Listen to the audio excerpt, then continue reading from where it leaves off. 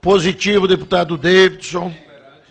Positivo operante. Passamos ao próximo inscrito. Entre os presentes, deputado Bebeto.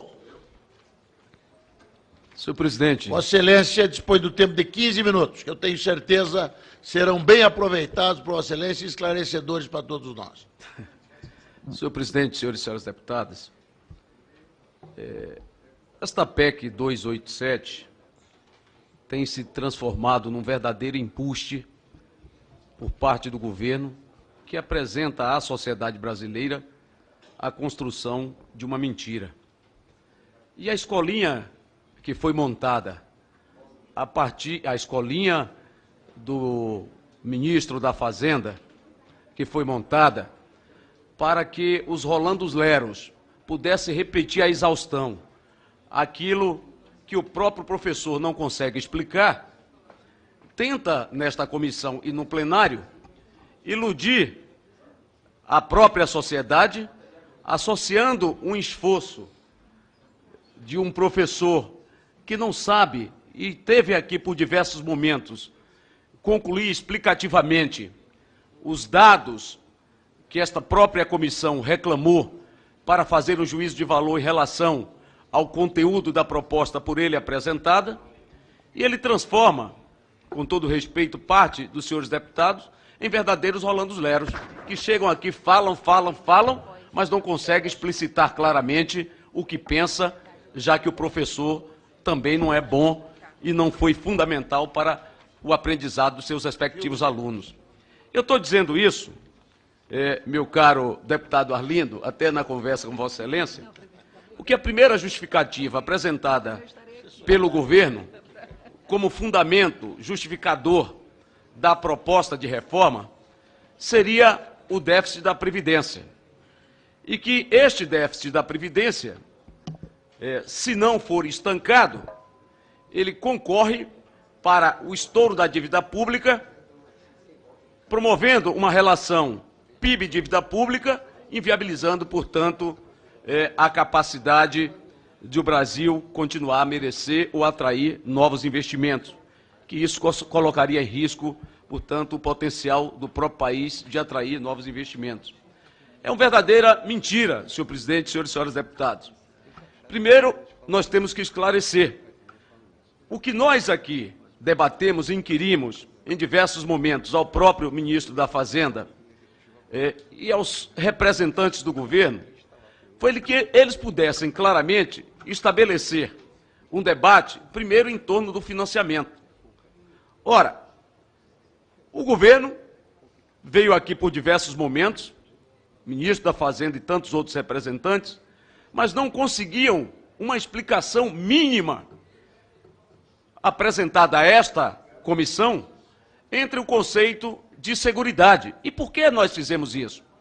Porque nós temos, além do conceito de seguridade estabelecido na Constituição, e mais do que isso, nós temos o Fundo Geral de Previdência, que exige que todas as receitas previdenciárias, elas possam, essas receitas, terem uma contabilização no Fundo Geral de Previdência.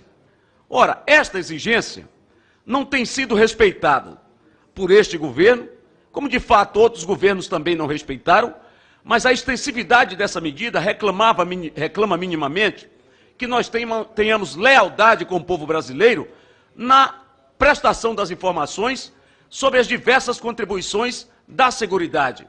E o que é que faz o governo na construção desta mentira, na construção do déficit para apresentar uma mentira à sociedade? É que ele resolve apenas contabilizar os recursos decorrentes da contribuição de trabalhadores e da contribuição patronal, expurgando as demais fontes orçamentárias, e elas não são internalizadas, não são contabilizadas no próprio Fundo Geral de Previdência. Ora, e quando você, então, analisa o resultado geral, né, de tudo que é pago pela Previdência em relação ao orçamento, é claro que se você só contabiliza folha de pagamento e só contabiliza contribuição de trabalhadores, em relação às despesas previdenciárias, você encontrará um resultado menor do que aquele que deveria se alcançar se todos os valores como a COFINS e todas as outras fontes orçamentárias fossem internalizadas no Fundo Geral para compor, portanto, o orçamento da Seguridade. E aí se tem, portanto, uma verdadeira mentira que se constrói para engabelar a sociedade e iludir, né, numa associação espúria do governo com setores da imprensa. Então, esta é a primeira questão que eu gostaria aqui de colocar, senhor presidente, neste debate. E a segunda discussão, senhor presidente, que nós trazemos ainda sobre o financiamento, é que o governo, nós não vemos uma palavra do governo, mesmo reconhecendo a inexistência de qualquer déficit, porque pela contabilização que nós fazemos da Seguridade com todas as fontes orçamentárias, deveríamos ter, como de fato tivemos o ano passado, era um superávit de 11 bilhões. O governo, ainda que quisesse combater estes argumentos, deveria ter a lealdade de combatê-lo com números, e aqui ele não faz. Quando nós pedimos que o governo apresentasse os dados do cálculo atuarial para servir de substrato para a informação dos senhores e senhoras deputadas, ao juízo de valor, e esses dados se fizessem acompanhar dos microdados, para que nós pudéssemos analisar o conteúdo da proposta de modo integral, o governo se furtou a este debate, não ofereceu à comissão nem o cálculo atuarial do impacto e muito menos os microdados. Em como, então, você estruturar uma proposta sem esta informação básica? Esta comissão comete, ou mesmo o relatório, está a cometer um estelionato, porque o próprio programa de trabalho apresentado pelo relator, que trouxe como parte do plano de trabalho um seminário internacional com estas experiências internacionais, deputado Arlindo. Nós ouvimos de experiência do Chile, de tantos outros países, dizerem alto e em bom tom ao senhor relator e ao presidente e a todos nós que lá estávamos, que uma reforma que não pudesse dispor desses dados não era uma reforma segura, não seria uma proposta de reforma confiável, seria apenas um número sem justificação, porque poderia dar mais à frente em um problema para a própria economia brasileira. Ora, se ele ouviu essas experiências e não as traduziu, de modo a apresentar um relatório substantivo, considerando inclusive essas experiências internacionais, o que nós temos é um estelionato dos dados em relação àquilo que desejava e que desejam os senhores deputados e deputadas para ter a certeza do que poderia ou não votar em torno, né, da proposta apresentada e do relatório que foi aqui indicado pelo senhor relator. Mas mais do que isso, ainda em relação aos dados, até o governo diz, quando nós cobramos a cobrança dos principais devedores, que a dívida ativa está em mais de 400 bilhões, o governo diz que não pode contar com estes recursos para poder equilibrar os recursos previdenciários, equilibrar, portanto, a conta previdenciária, o orçamento previdenciário. Ainda que ele não pudesse recuperar, e diz o secretário Marcelo, de alto poder de retorno em médio e longo prazo teria 50%, ainda que o governo dissesse que imediatamente não poderia, ele teria o direito, ele teria a obrigação moral, porque isto é moral, não seria qualquer outra razão, era no mínimo uma obrigação moral de cobrar os devedores, de ter uma linha sequer neste relatório, o que nós não vemos, o que nós não lemos neste relatório. Então, no mínimo, não tem moral para cobrar aos trabalhadores e à sociedade aquilo que o governo moralmente, por seu relatório, que é escrito pelo próprio relator como orientação de governo, não faz com os principais devedores da própria Previdência. Portanto, esses dados relativos ao financiamento, o governo não enfrenta o debate aqui porque não tem argumento e tenta, na construção da mentira, vender essa mentira à sociedade com um filmezinho que passa a cada momento, dizendo que é preciso, e veja o papel que faz o ministro Meirelles, com aquela dancinha parecendo um papagaio de pirata, dizendo naquela dancinha dele, é melhor, eu deveria ter uma previdência, uma aposentadoria que eu queria, mas não teria o dinheiro para pagar. Ora, pelo amor de Deus, Meirelles, o seu papel é outro, é de cumprir, de organizar a economia, a macroeconomia, para retorno dos investimentos, e não se prestar um papel da mentira que está sendo apregoada à sociedade brasileira. Não dá para a gente aceitar, presidente. Portanto, do ponto de vista do financiamento, aqui nós debatemos a exaustão e não teve uma palavra do governo que pudesse justificar as cobranças ou mesmo entregar os dados que nós reclamamos durante este período. O conteúdo da proposta, ele é perverso. O relatório, ele piorou, né, o texto original. Se nós formos analisar a idade mínima, se propõe 65 anos para homens, 62 para as mulheres.